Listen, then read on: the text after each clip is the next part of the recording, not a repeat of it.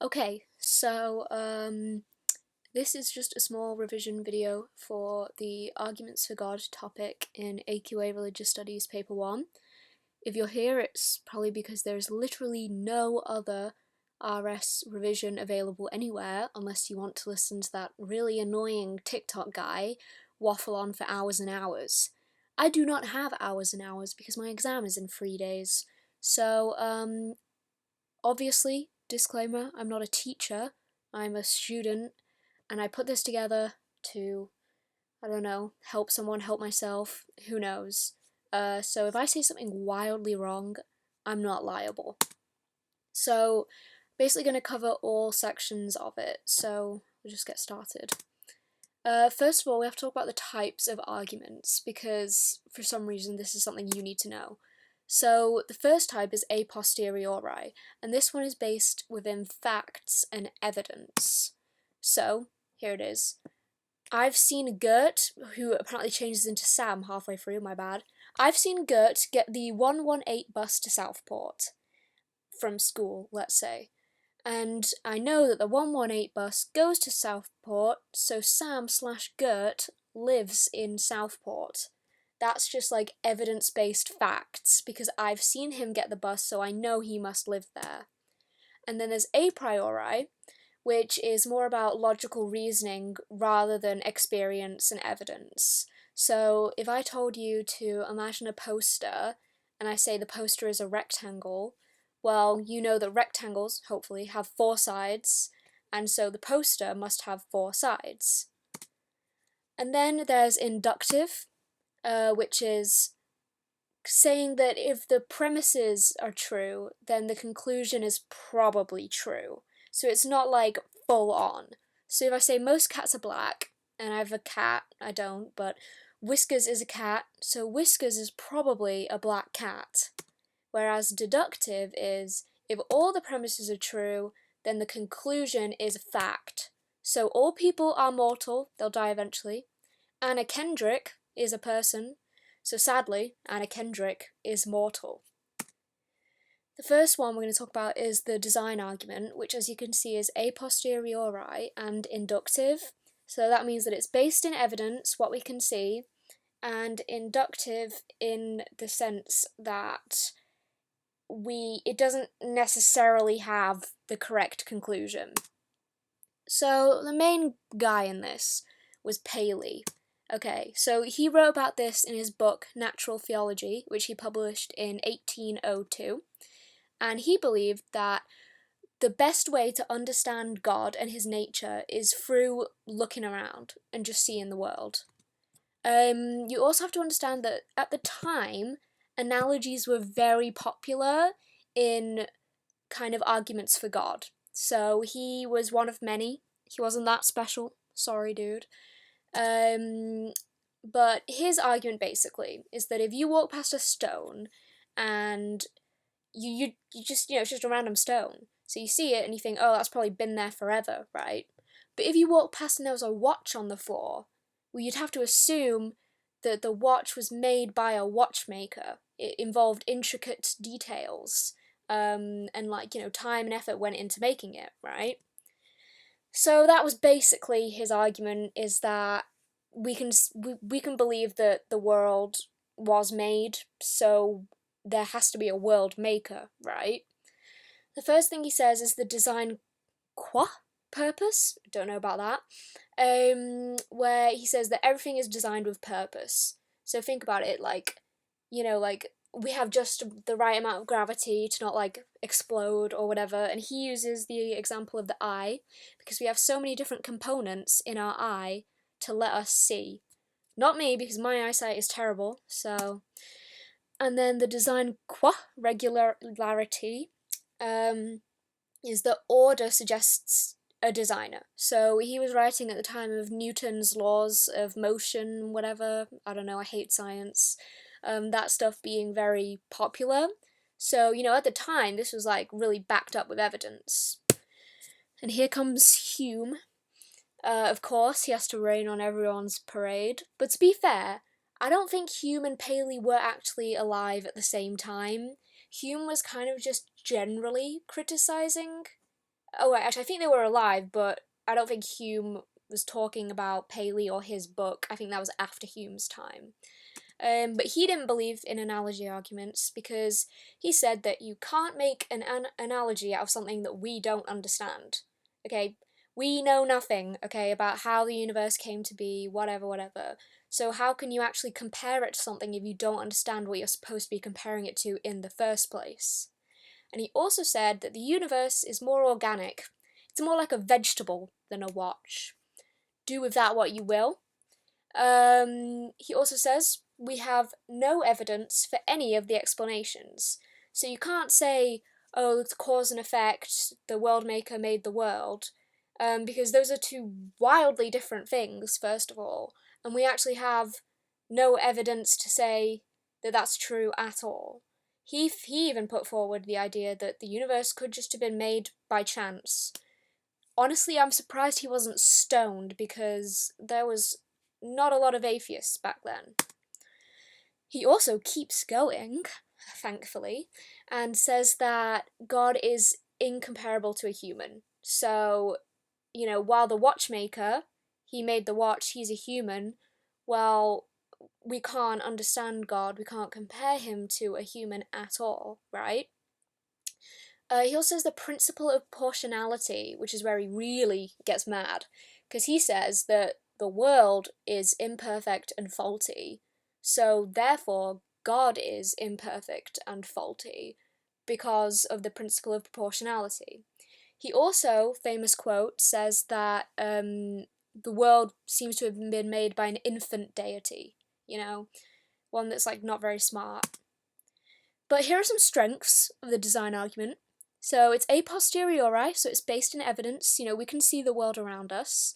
And Immanuel Kant, he's a big player in the philosophy world. He is a fan of it, and I guess that means something. Reasoning is, it makes sense, for him to come from that point of view. And also, the science of the time supported his argument. So, at the time, people were probably thinking, well, this guy's only gone and done it. He solved the whole thing, because they didn't have the extent of science that we have today. So, some weaknesses are that it's inductive. It's like the whiskers one, right? So, it's not necessarily, whiskers isn't necessarily a black cat, so just because, you're saying that the world might have a creator doesn't mean that the world does have a creator. Second, there is literally no evidence, and Hume says that the evidence we do have actually points to a flawed or evil God because of obviously the problem of evil. And flaws, there are flaws in everything, like our eyes. Apparently we have a blind spot, so I guess if something was sneaking up on us, we wouldn't be able to see it. So obviously not everything is designed perfectly by a God. The second one is the cosmological even argument. So this one is a posteriori and inductive again. And this is basically the argument. The universe exists. Everything that exists is caused to exist. The universe was caused to exist, so God caused the universe to exist. It's a little bit of a mouthful. And this was Thomas Aquinas. He, as you can see right there with the terrible haircut, literally holding the church and the Bible in his two hands. So he wrote about the 5 ways, Aquinas' 5 ways, in his book Summa Theologica. And the third way is what has to do with, well, the spec for AQA. And he was inspired heavily by Aristotle, who was always saying something. And basically, his argument is of contingency. Bear with me here because it's a little bit complex. So, we see things come and go. He had a much smarter way of saying it, but I'm trying to make it more understandable. So, he sees that things are born and things die.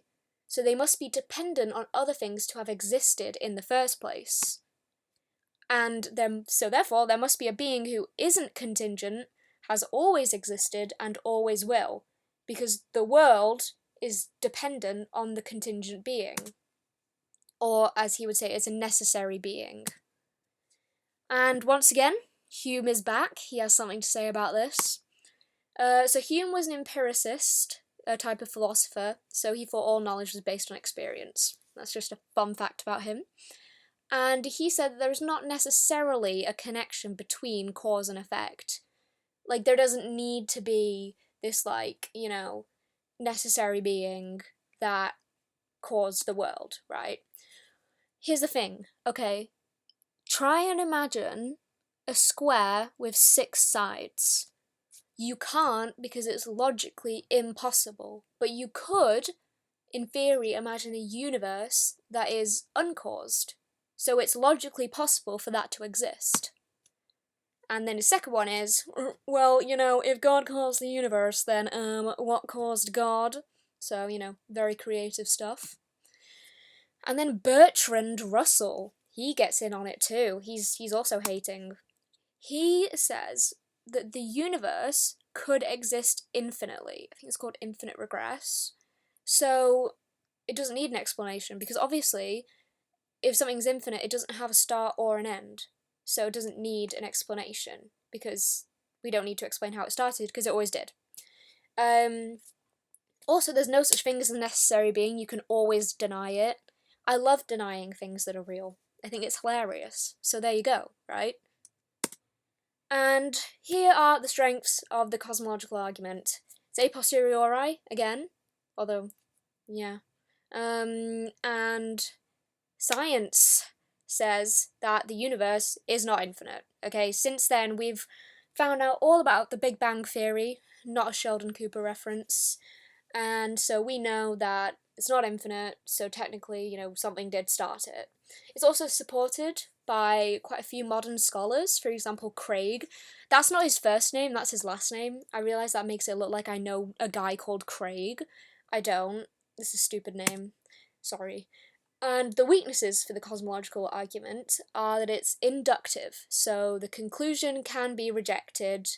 Whiskers isn't necessarily a black cat. The universe is a fact, so that was Russell, I think. He said that, well, the universe might just be a brute fact. It can't be explained or anything like that. And Dawkins, I hate that guy, he says that it's kind of leaning into the God of the gaps theory, and that eventually science will fill all the gaps, so it's not really a good working theory. The third and final one, thank God, is the ontological argument. See, this one is a priori and deductive, so that means that it's the poster with the 4 sides, because it's a rectangle. It's based in logic and reason, and deductive is that if these premises are true, then it is an absolute fact that God exists. This one is also, I think, the most complicated one, in my humble opinion. So, here's the concept. God is perfect. Sorry if you can hear my dogs. If something did not exist, it would not be perfect, because it is better to exist than to not exist. Number 3, God exists. That's literally it. This is the kind of simplified version, which is basically just that existing is a part of the definition for God. And we know that God is perfect, and so to be perfect is to exist, at least in some kind of way, right? A perfect being would have to exist. So, God exists. Now, this was by St. Anselm of Canterbury, and he said that everyone can describe God as the greatest conceivable being. That's how everyone sees it. If you're just thinking of how you would define God, that's how you'd say it. So, part of being the greatest conceivable being involves existing. Inherently, that's a characteristic of it. So, God must exist. He uses the argument's reductio ad absurdum, which is where you make an alternative claim that's illogical. So for him, that's saying that claiming God doesn't exist is absurd, because it contradicts the definition of God. It doesn't make sense. Now, a monk called Gornilo, that's not him, that's just a random stock image of a monk. I couldn't find a picture of him. He says here, let's do it together, okay? Imagine the most perfect island. Okay, if I had to imagine it, it would have water slides and like sloths and ice cream and stuff. Well, guess what? This island exists. Actually, no, it doesn't. But because imagining something doesn't mean it really exists, right? I mean, that's just nonsensical to say. Okay, and then Kant says that existence is not a predicate, which is a scary word, but it means that it's not a characteristic or a quality of something. So he says, imagine a pile of 100 coins. Oh, and by the way, the real pile has just as many coins as the imaginary pile. It's like, well, that doesn't change anything about the pile. Existence doesn't add anything onto it. So here's the strengths. We have deductive, so it should be concrete proof of God. Descartes, actually, because this argument was kind of just left to die for a couple centuries, but then René Descartes, he brought it back, and he supported parts of it, and John Hick also said that this argument is able to withstand a lot of criticism. Weaknesses, though, is a priori, so there's no evidence, it's just about reason. It's inaccessible, so fools, or atheists, not my words, Anselm's words, he said that fools would not be able to access the argument because they couldn't perceive God as the greatest conceivable being. And Kant obviously saying that existence is not a quality or characteristic. So then it's kind of time to talk about, I guess, the relationship between faith and reason in these arguments. It's kind of paradoxical, because if you were to, have faith in something, you don't need, like, reason, you don't need, like, facts to back it up, right? That's the whole point. So, value of having these arguments is natural theology, which basically is just how we try to understand God.